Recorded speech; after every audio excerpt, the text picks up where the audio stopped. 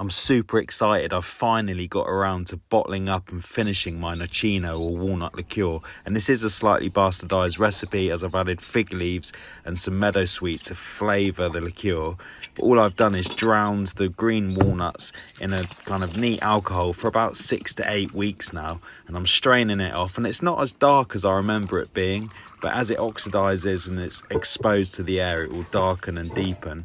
These walnuts, I don't want to waste them. I'm going to try and do something with them, but I think they might be too bitter. But I'll try and do a jam or something like that. So now all I've done is made a sugar syrup. I've done equal quantities of sugar and water. I used a soft brown sugar. I've brought it to the boil, switched it off and let it cool. And I'm adding this to sweeten. And I add about 350 ml of the sugar syrup to about 750 ml of the alcohol. And it will just level it off, balance it out, and it will take out some of the bitterness that's there.